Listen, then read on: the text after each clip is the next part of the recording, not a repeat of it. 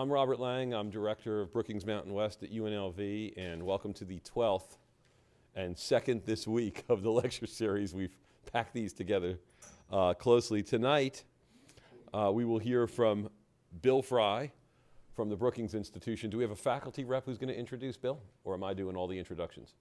You're pointing right at me. I guess I'm the faculty rep.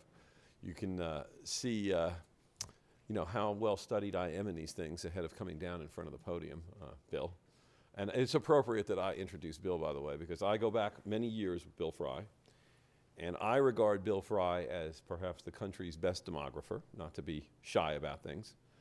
And he and I are part of I was part of the circuit in Washington where we would work with the USA Today, which is the only big national newspaper that's serious about the census and has a census reporter. And he and I are some of the only people that know very obscure parts, with his knowledge exceeding mine, as I must admit, about the census, its history, where the categories come from, whether or not those categories are useful or not, or whether or not they are contrived, and some of which we could discuss later perhaps. And I just want to mention that the next lecture is at the end of this month. What day is it, Bill? 22nd. It's Cliff Winston, who's going to talk about why we should get rid of all lawyers, as I recall, something to that effect, which is going to be very popular because it's not like lawyers are much loved in this world. So with that, I give you Bill Frey. Thanks. Well, thank you very much, Rob. It's really a pleasure to be here as part of the Brookings Mountain West program. I want to thank the university. I want to thank the Lindsay Institute. I want to thank the Brookings Mountain West program and Rob for inviting me here. It's always a pleasure to be here, and a place where a demographer is welcome is a place that I like to be, and this is where we are today. Today I'd like to talk a little bit about something that you should probably be very familiar with here, and that is the slowdown in migration in the United States. This is kind of ground zero for it in some ways, and I want to sort of get into some of that. But as part of my talk, I'd like to give you a bigger picture of how migration and immigration have been shifting the nation's population regionally, for the fairly recent past, last 10, 20 years, and shaping the general demographics of our country. And then sort of bring in how this migration slowdown is impacting things, and question marks about where it might go. Should the migration rev up again? And I think it will rev up again. But what does this all mean? I want to start my whole presentation by saying, there are really three major powerful demographic forces in the United States that have been going on for much of this decade. One of them is immigration. Immigration, of course, is a huge part of our national growth for the last 20 years or so. About 1 million people a year come to the United States, now mostly from Latin America and Asia. And what that does is it not only increases the younger part of our population, but also changes our race and ethnic structure in the sense that we get many more Latinos, many more people from Asian countries that are spreading out to all parts of the country. But it's changing us in fundamental ways and will continue to change us in fundamental ways. Irrespective of whether or not we ever get an immigration reform bill in Washington, it's something that comes up every year, every 2 years or so. That's eventually going to happen, but whatever comes out of that, we're going to continue to have, I believe, continue to have immigration in this country and from other parts of the world, and that's a good thing. And that's one of the three demographic forces. The second is the aging of the baby boomers. The baby boomers, and I'm one of them, have been a very both loved and hated group in the United States. But the reason is that we're so big. We have so many of us. And starting next January the 1st, the very first baby boomer is going to turn age 65. And then for the next 20 years, all the rest of us are going to follow. So we're going to be a boomer-inflated elderly population in the United States. And people are wondering where we're going to be, what we're going to buy, where we're going to live, what kinds of resources are we going to need, and what do we want to get from the government. All these kinds of things are very important, but it's a very fundamental demographic force in the United States. The third is one which has scaled down a little bit, but has driven our population for much of this decade. And that's something that I call a middle-class flight from coastal parts of the country, primarily coastal California, the Northeast megalopolis, inward. And part of this flight had to do with affordable housing, housing that was more affordable and more available in the Mountain West, in the Southeast, in other middle parts of the Sun Belt, as people wanted to get away from the more expensive and congested housing that was available and squeezing them really in these coastal areas. So these are all migration, these things will be related to migration in the United States, except for the baby boomers who were kind of aging in place. And as I see this playing out, of course, nationally, and I have to find my, here we go. We're going to see, this shows the change in the population between 2000 and 2050 by race, and according to the Census Bureau's recent projections, largely due to immigrants and the children of immigrants and their race and ethnic composition, we're going to be well below 50% white in the U.S. In fact, around 2042 is when the tipping point will be, and this is a consequence of immigration. Whoops. Second, this shows the age structure of the population of the United States between 2000 and 2050. And by then, actually by 2030, about 20% of the population will be over age 65. Right now it's 12 or 13%. So that is the function of the aging in place of the baby boomers. But what I wanted to talk about is how these broader national forces are shaping regions in the United States. And the regions that I'm going to lay out for you are regions that I think are having their own distinct demographic personalities, as it were, in the sense that the social and economic composition of these areas will be affecting their labor force, their consumption patterns, the kinds of social services that will be consumed there, the politics of these areas, in different ways because of the migration forces that have been affecting them due to these more macro forces of immigration, the aging of the baby boomers, and the middle class flight, which is now sort of moving back a little bit again.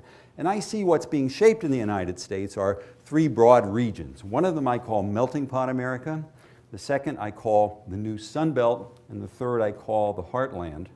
And if we look at this map, you can see that the 9 states that are in blue there are what I call melting pot America. Now, a lot of people think of America as a melting pot, the whole country. But in fact, a large part of the country isn't quite there yet. These 9 states are.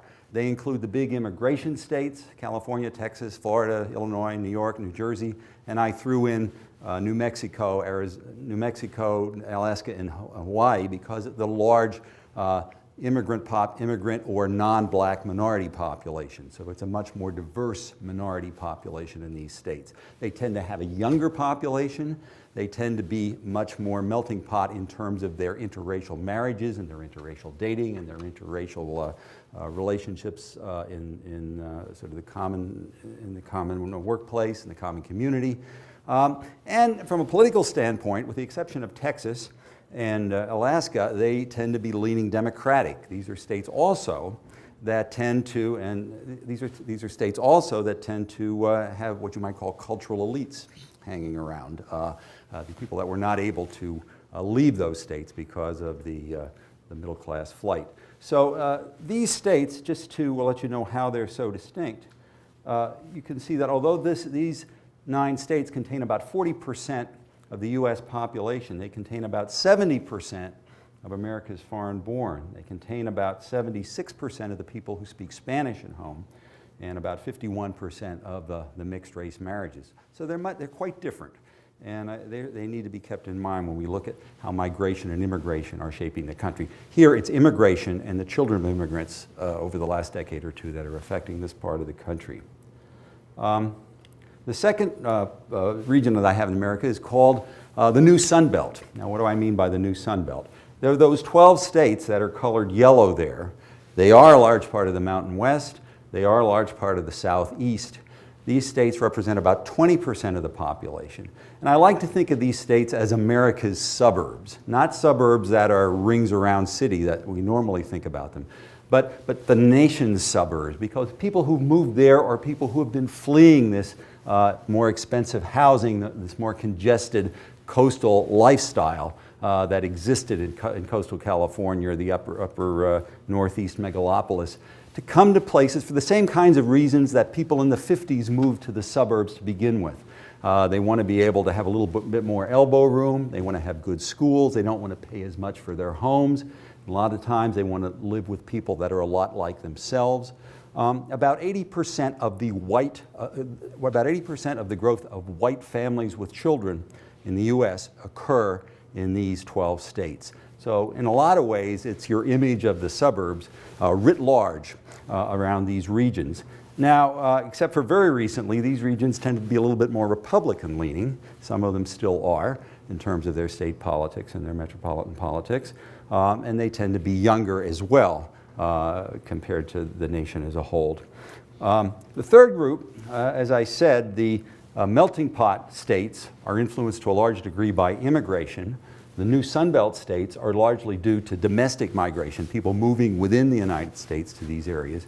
And the third group of states, that white group of states, 29 of them, including the District of Columbia, are not very much influenced by migration at all. In fact, many people are leaving these states. These states have older populations. They have generally whiter populations, and typically the major minority group in these states tend to be African Americans rather than Latinos or Asians or other groups. And so this heartland is somewhat different. It's more stagnant. As I said, it's a little bit older. And you know, from a political standpoint, it's somewhere in the middle. All large stretches of the Great Plains are heavy Republican states. A large part of the industrial Midwest are Democratic states, and a lot of them are up for grabs. But they're distinct in other ways too, and they have more rooted populations. They're not as much in a state of flux. And many of these states, of course, have economies that for quite a while have not been doing well, and which is part of the reason why there's a lot of out-migration from these areas. So, you know, a quick summary of how migration and immigration have affected these different regions of the U.S. is shown in this slide right here, where the two bars, the pink bar represents the size of the immigration contribution to the region, and the green bar represents the contribution of the domestic migration to the region. And of course, melting pot states, as a group, are gaining mostly from immigration. In fact, because of the large domestic out-migration from some of them, as a whole, they're losing domestic migrants. Immigrants and the children of immigrants are affecting the population growth in those areas.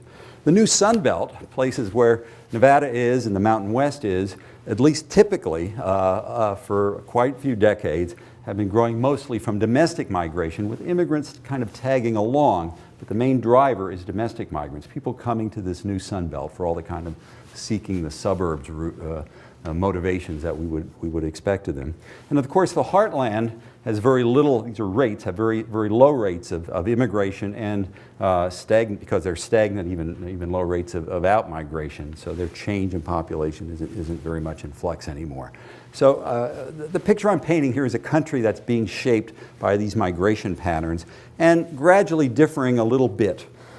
Just a little bit of a view of the big metropolitan areas that are gaining the most domestic migrants, and many of these are in the new Sun Belt. Now, I should say we were looking at states rather than metropolitan areas, and there are some states that have a dual character, and one of them is California.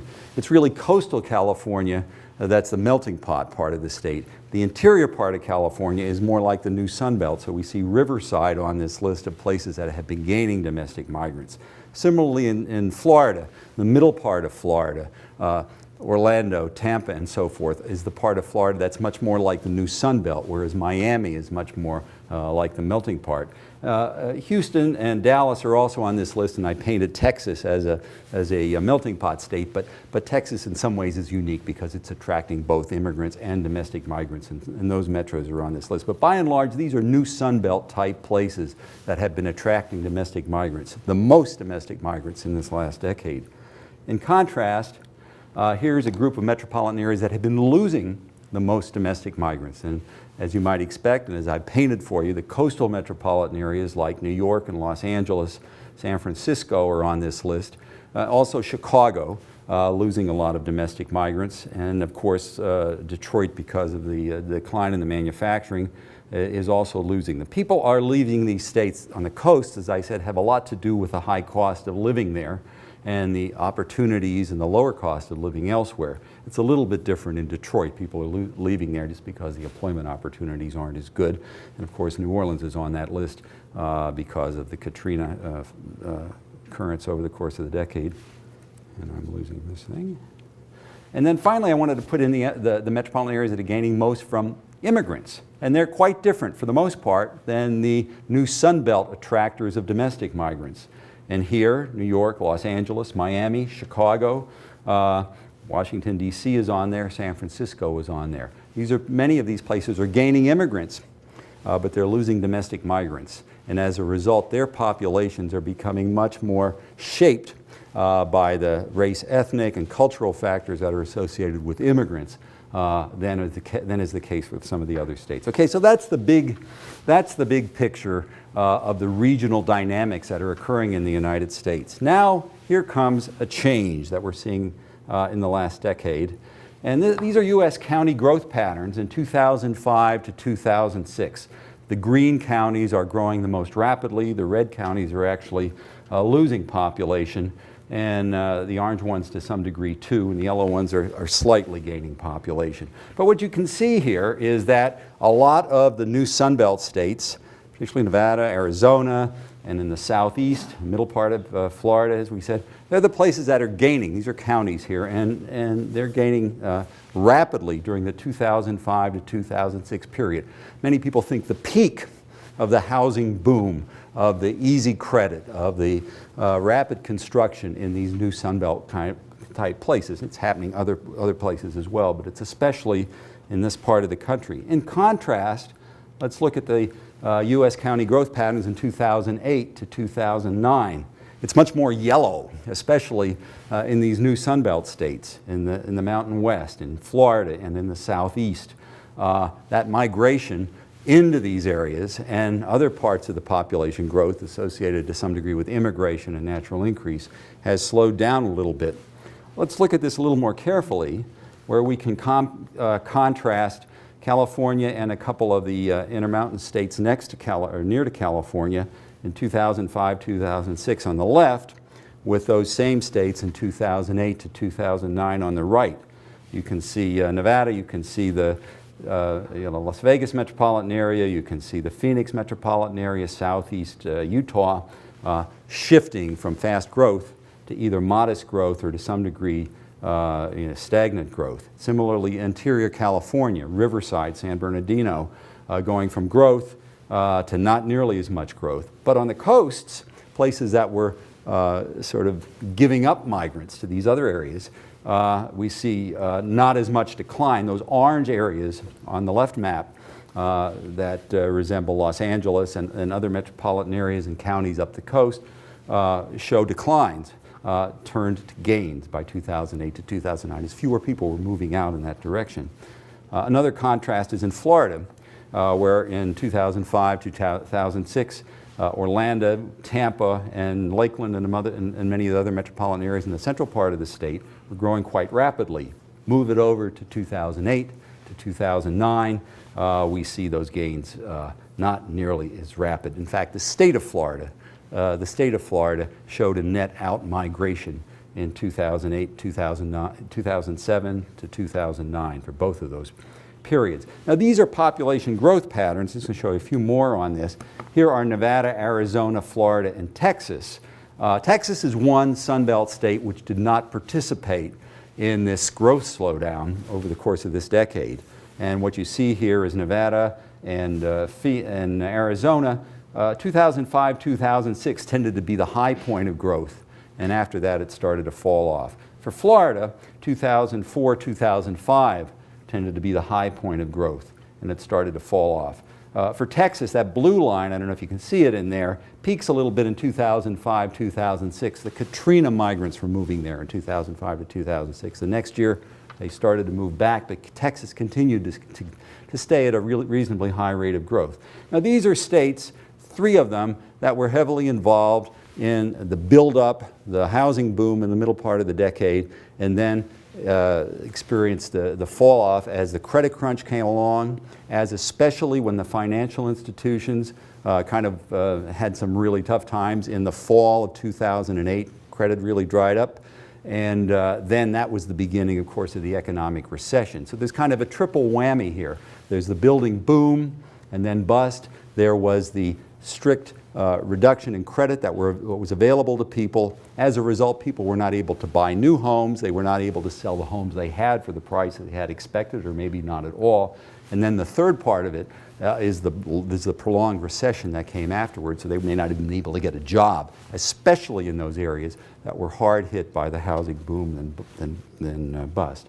So I want to get into some of the demographic dynamics of this. Here's the other side of the coin. These are metropolitan areas which were giving up people in the middle part of the decade. Los Angeles and New York, you can see 2005 to 2006, their growth rates sunk. And then as we get to 2008 to 2009, they're back up again as fewer people were leaving. So these are part of the melting pot metropolitan area. And this also affects generally the urban, suburban, and exurban growth patterns in the United States. Here you can see those two higher levels of growth are for suburban and exurban counties in the US. For exurban counties, they peaked around 2005 and 2006 and then zeroed down to 2008 to 2009. Suburban as well showed reduced growth levels. At the same time, the urban growth area, the urban counties, the ones that contained the big cities and the inner suburbs, showed slight increases in growth rates towards the last two periods. All of this having to do with this kind of moving outward when housing was available and not being able to move in as much. Now let's get down to really how migration is affecting all of this. This is the national migration rate from 1948 to 1949 up through 2008 to 2009. Back in the 1950s, about 20% of people in the US, 1 out of 5 people, moved every year. When we got to the 90s, it was about 16%. When we got to the early part of this decade, it was about 13 to 14%. But in 2006 to 2007 to 2008, it went down to 11.5%. And in the last year, it's gone up just a little bit. But when you look only at long-distance migration, people who move across labor markets, that still is at the lowest rate since at least the end of World War II, when records were being kept. So it's part of this triple whammy. It's not just employment opportunities, which is typically what keeps down migration across labor markets. But people are also having a difficult time getting financing for their homes. And they're also having a difficult time selling their homes. And they're just becoming more risk averse about not getting into this. When you decide to move, there's kind of a bit of risk taking involved with all of this. You're assuming your job is going to pay off. You're assuming that the house you buy will increase in equity, and you'll be happy in that neighborhood, and things will be going well. Well, all of that has kind of turned around, and we see these migration rates moving downward. And this affects migration by age. Typically, migration is a young person's game, and that is, as you see by these rates, that red line, and these go along by ages, shows that people between ages 20 to 24 and 25 to 29 in 2000 to 2001, about 6% of those people were moving across states on a yearly basis. And then it kind of goes down as these people get older and settle down at the older ages. It peaks up a little bit in the retirement years. You can see people age 60 to 64 have a little bit of a higher rate of migration. Well, when we look at the same age pattern for 2008 to 2009, the pattern is still there, but the levels are really down. And there isn't that retirement peak anymore. That is, there's not the uptick in people moving when they get to those retirement ages. These are people who, again, more risk averse, wanting to stay where they are. And even the people who are getting out of college, who are normally out there trying to get a new job in a different part of the country, buy a house, start a family, all of this, a very big downturn in their migration rates. The reasons for moving between states typically have had a lot to do with employment and to some degree family reasons. and to some degree housing reasons. Housing typically is a motivation for moving short distances, not long distances. But these show the reasons for moving long distances. And uncommonly, in 2004 to 2005, 22% of people who moved across state lines said they did it for housing-related reasons, often to get a good deal on a house, moving to someplace and then trying to find a job there because they know that the cost of living is lower. When we get to 2008 to 2009, those housing-related reasons go down to 14%, and it's the job-related reasons for those people who are moving, and we see there's a lot fewer of them, are moving to take a job. So the importance of housing in driving long-distance movement has gone down. Now, if we look at migration levels in the United States between 2006 and 2007, compared with 2007 and 2008, all of those black states there, many of them in the new Sun Belt, and as well as the hatched states, including Florida and Mississippi and a few others, have gone from a high migration rate to a low migration rate, or in the case of the hatched states, from a migration rate in to a migration out. So in 2007 to 2008, this is the first year Florida had an out migration. The gray states, including California and the Northeast Corridor, are states that had out migration which was reduced. So the places that were getting lots of migrants were getting fewer of them, or had flipped to becoming an out migration state, and the states that were giving up migrants were giving up fewer of them. And it's kind of a national pattern, as you can see, with big emphases on the states that were growing rapidly for most of the decade. Let's look at California versus the Mountain West. And here, the yellow line shows the net migration for the group of Mountain West states, peaking in 2005 to 2006 and sort of zooming back down. California, a major donor to these states, showed its net out migration peaking in 2005 to 2006 and moving upward. If you look at Nevada and look at the net migration coming to Nevada between 2000 and 2008, these are the most recent data we have on this, 69% of the net in-migration to Nevada is from people from California, followed by New York, Illinois, Hawaii, and Michigan for much smaller pieces. So this is huge, and if you looked at the data in more detail, it's that California slice that has changed over time to make this year Nevada a net out migration state.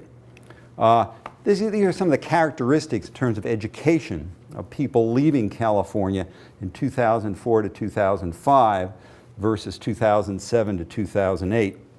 In 2004 to 2005, all education levels of folks, that is less than high school grads, some college, and college grads, were leaving California.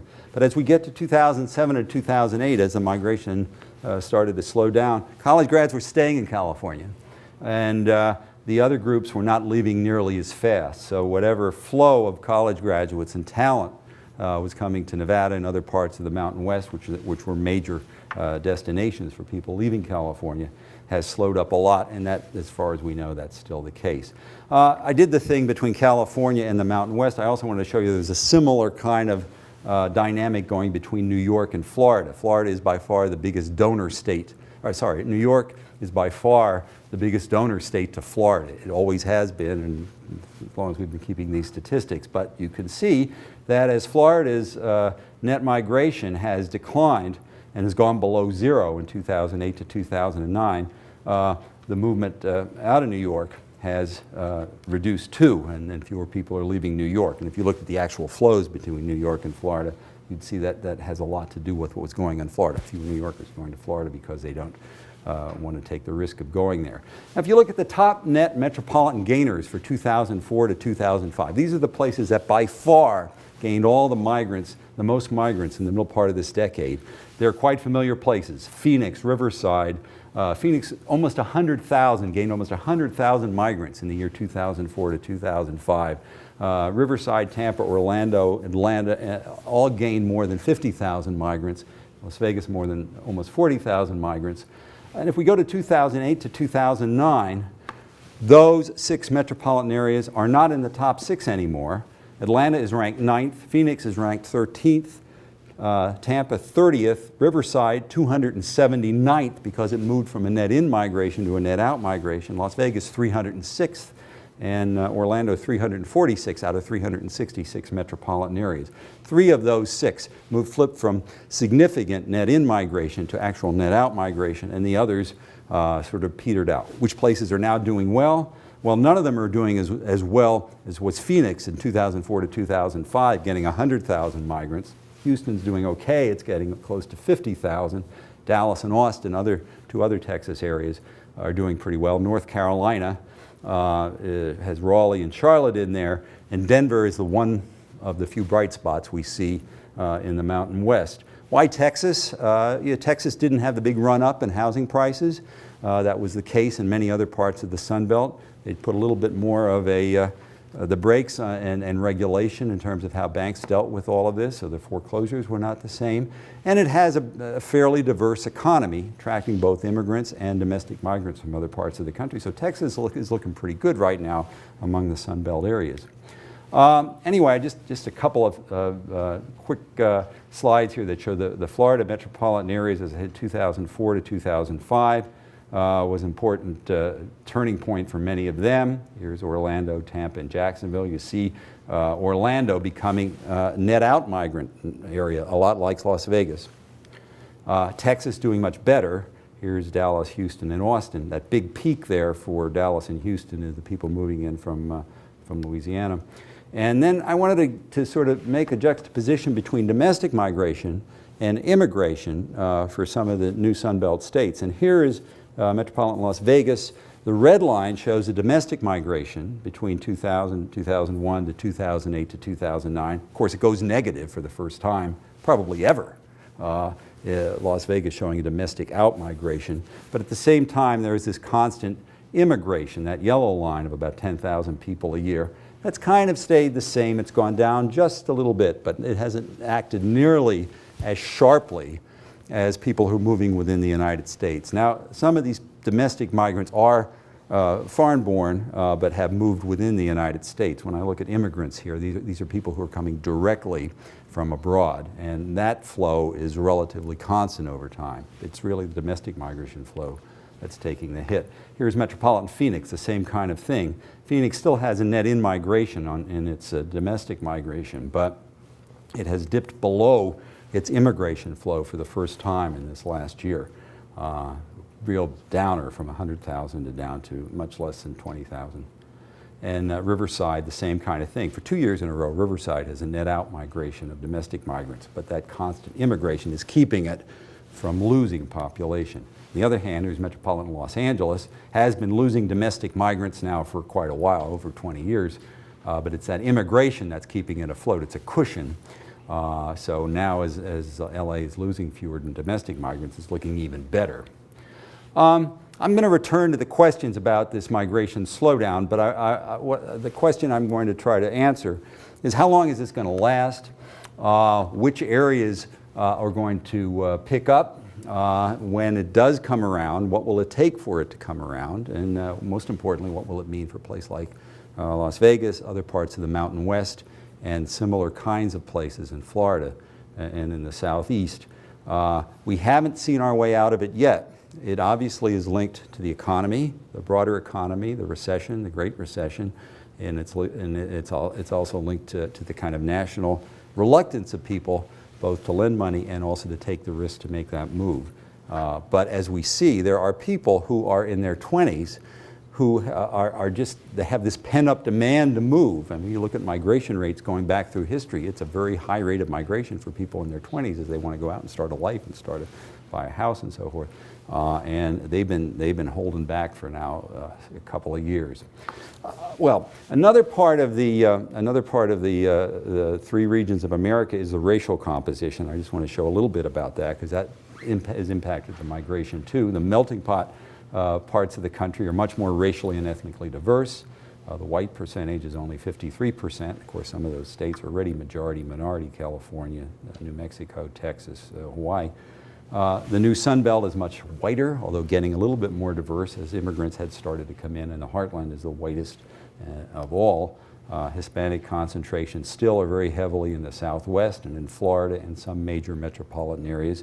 in other parts of the country. Even though there's this dispersion of Hispanics, the actual percentage of Hispanics in the population still remains high in these more traditional places.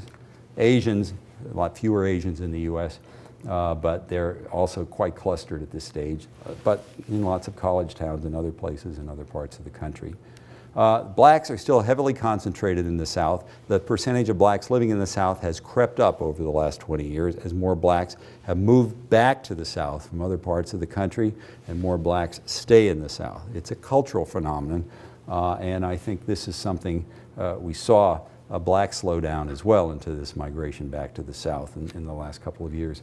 But this is something that's kind of important to the continued population growth of many southern states. Much is made of the Hispanic growth in all parts of the country, but there's actually, for most southern states, there are more blacks moving into the South than there are Hispanics.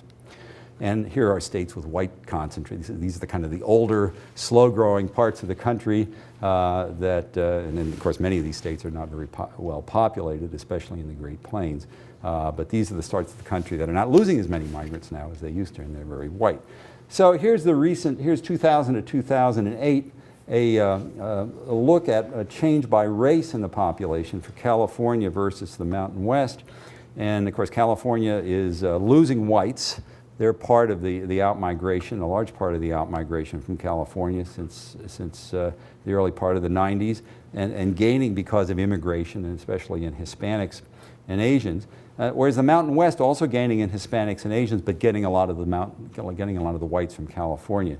So the growth of the white population is much more is stronger in the Mountain West. So if you look at the changing racial composition of California between 1990 and 2008, of course, California is a majority minority. It has been since at least 2000, but the Mountain West is getting there as a group of states at 51%, and it's had a lot to do not only with the whites moving in, but large numbers of Hispanics moving in following in order to get those jobs.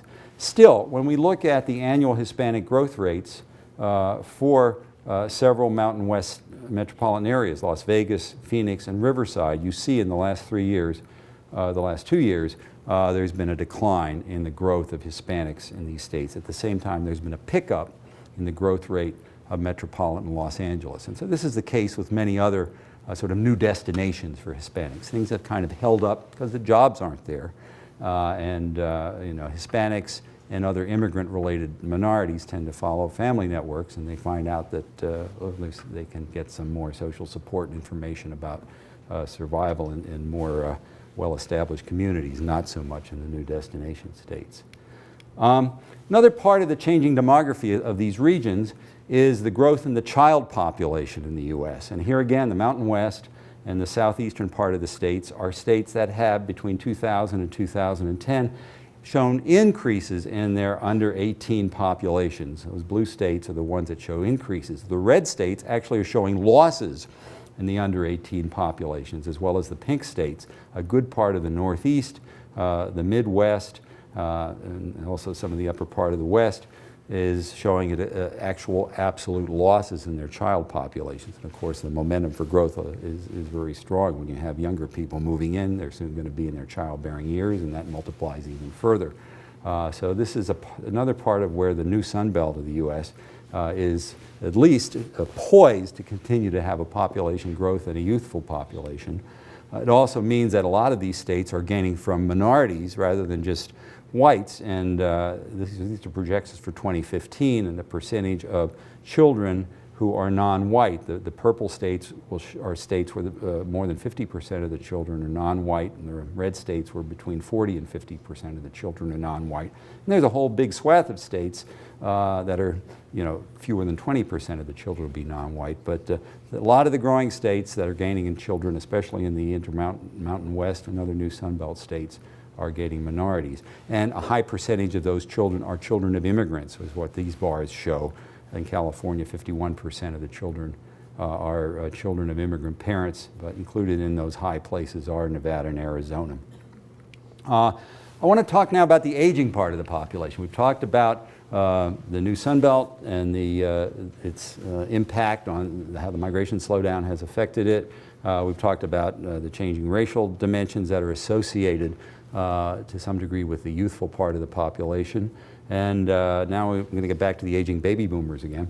And this shows over the course of the last decade which age groups grew the most. Well, the people aged 55 to 64 were ballooned by almost 50% in the last decade. Not a surprise, that's where the baby boomers were moving into. And next decade, they're going to be moving into the 65 to 74-year-old age groups.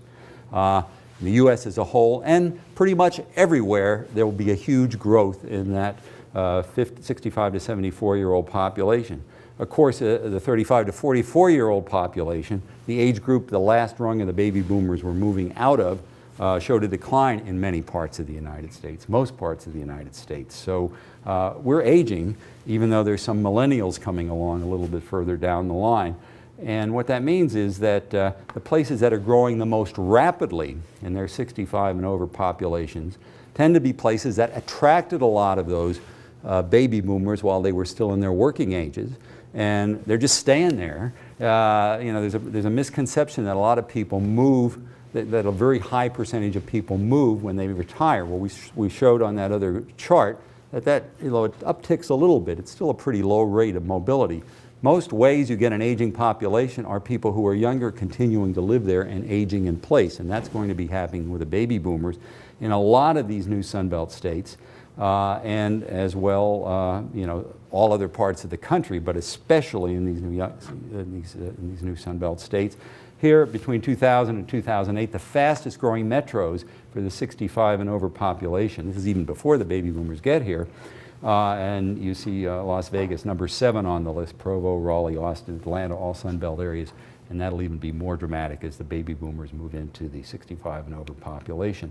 On the other hand, here's a map that shows the percentage of the population that's over 65, and they're a very different set of states, and that's because all the young people have left over the disproportionate number of young people have left over the years, and the people who are left there tend to be older, and the people, even the older people that are there, tend to be really old. I mean, they have a higher percentage of people 75 and over and 85 and over in a lot of these states. So we really have a disparity going on in the U.S. Where in a lot of these heartland states, people are aging because there's not a lot of new young people moving in, whereas in the new Sunbelt states, not only are they aging, or at least showing a fast growth in their aging population, but they're also younging in the sense that we saw that the young population is also growing in these areas. So there's growth at all levels of the age structure, and especially among the younger people, you know, they're much more racially and ethnically diverse. Here's the projected age 65 and over population over the 30 years between 2000 and 2030.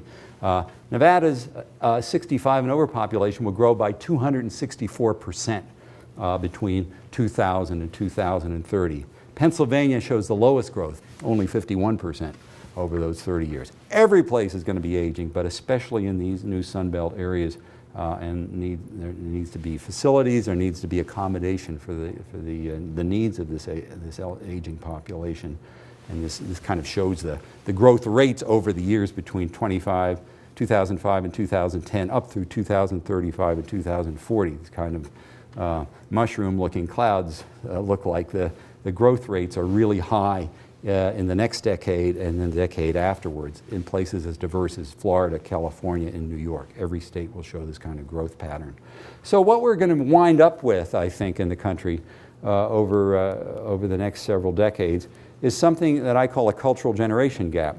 If you look at the U.S. right now, you see that the people aged 65 and over, about 80% of them are white. There is some diversity there, but actually African Americans are the bigger part of the minority population. When you go down to the under 15 population, only 55% of the U.S. population is white, with a very heavily Hispanic and increasing Asian population as part of that. And the 15 to the 39 population is also getting into that realm. And so, you know, over time, that's going to show that the racial diversity is going to be aging as well. But right now, we're in a situation where the kinds of needs and the kind of services that are going to be have to be met, especially in new Sunbelt areas, especially in the Mountain West, for the elderly will be quite different than the needs and services that are going to be important for the young people, especially people who have a lot of an immigrant or recent immigrant or second and third generation There may be, in fact, as I say, a cultural generation gap which will play out in politics, it'll play out in all kinds of competition for public resources and so forth. It's not this way in every part of the U.S. It's probably more dramatic going to be in California, where in California, at least for over age 40, the population is at least half white or majority white for the 65 and over population, but under age 40, a very racially and ethnically diverse population. But even in Nevada, the under 15 population is majority minority, a heavily Hispanic population, despite the fact that the older parts of the population are dramatically white. And this is the same case for Arizona. Currently there's Minnesota, which is largely white at all areas. So, and this is the U.S. composition projected for 20 to 25, where the youth part of the population will be very diverse, and the 65 and over population will be largely white. So when you have an area that's growing in all of these different age groups, and especially with the diverse, racially and ethnically diverse growth in the younger part of the population, it presents a different kind of picture in places like the Mountain West and the Southeast than it does in places like Michigan, Minnesota, upstate New York, Pennsylvania, Ohio, and so forth, where the issues are about the aging population. And this brings some, a lot into what's going on with politics. If we looked at the projected population growth between 2000 and 2010, of course the purpose of the 2010 census is to be able to redistribute people in the House of Representatives, reallocation of congressional members. We only will know the results of the 2010 census next year, next December, when it comes to the state populations.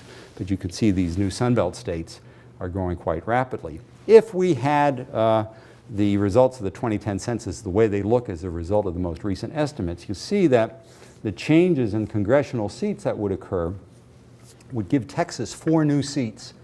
Texas is getting into domestic migrants and immigrants. A bunch of other Sunbelt states, Nevada, Arizona, Utah, get 1 additional seat, Washington as well. Florida gets only 1 seat. I did a bit of an exercise. If the mid-decade migration patterns had continued till the end of the decade, Florida would have gotten 3 seats rather than 1 seat. Texas would have only gotten 3 seats and not 4. But that's not the way it played out. Migration matters. And of course, Louisiana loses a seat largely because of the Katrina out migrants. Among the snow belt, it's Ohio is the only loser of 2 seats. If the mid-decade migration pattern, the high migration out of the state of New York would have continued, New York also would have lost 2 seats. But because that migration had held up, New York only loses 1 seat. In fact, if the migration patterns of mid-decade had continued to the end of the decade, Florida would have wound up with a bigger congressional delegation than New York, because it would be gaining 3 seats and New York would be losing 2. Now New York still stays as a bigger delegation. So all of this matters when you take the census. Finally, I just want to say a little bit more on the politics part of this, because I think it has some meaning for what's going to be coming up perhaps next November and certainly in 2012. These are fast-growing purple states in the 2008 presidential election. By purple states, I mean states that were in play. Now, they weren't won very heavily by either of the 2 candidates. And what you see is Nevada and Colorado and New Mexico in the West are part of these who went for Obama.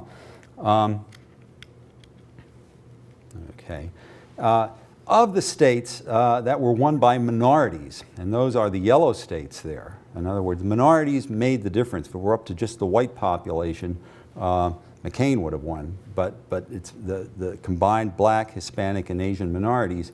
Nevada was one of those states that made the difference in where minorities, and the minority growth has made the difference rather than just the white population. It's also the case in the Southeast, North Carolina, Virginia, and Florida as well.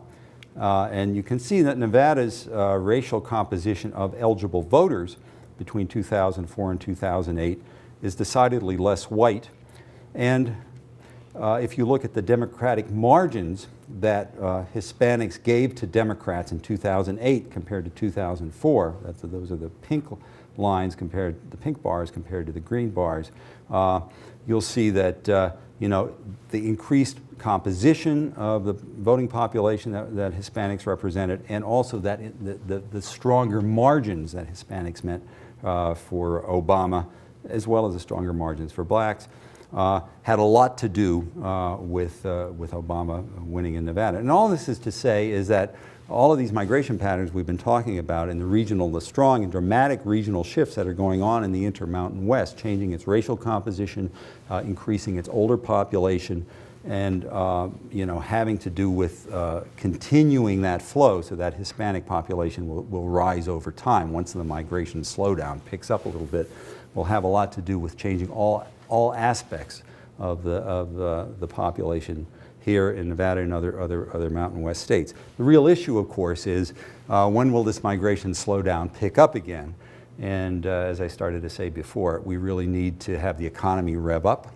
We really need to have people be able to feel confident they're able to buy a home, finance a home, and have that home increase in equity to some degree.